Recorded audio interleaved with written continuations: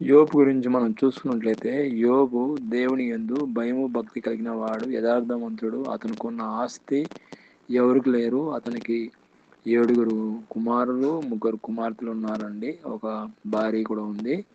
అతనికి ఎంతో ఆస్తులు ఉన్నాయి. ఆయన కింద పనిచేసే వాళ్ళు చాలా మంది ఉన్నారు. ఆయన ధనవంతుడు అండి. ఆయన ఆ ఊర్లోనే ధనవంతుడు అండి, చాలా కోటీశ్వరుడు ఆయన.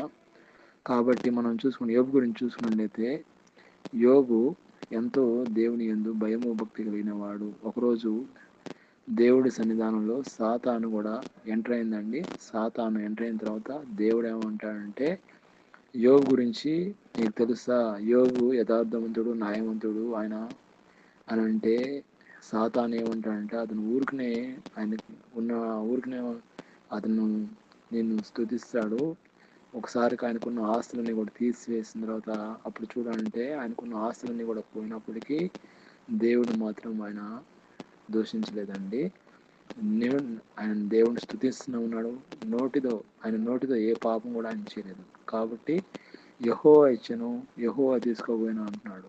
ఆయనకున్న ఆస్తులు పోయి, కుమారులు పోయారు, కుమార్తెలు పోయారు, ఆయనకున్న సమస్తం పోయింది, కానీ ఏ మాత్రం పాపం చేయలేదు యోబు.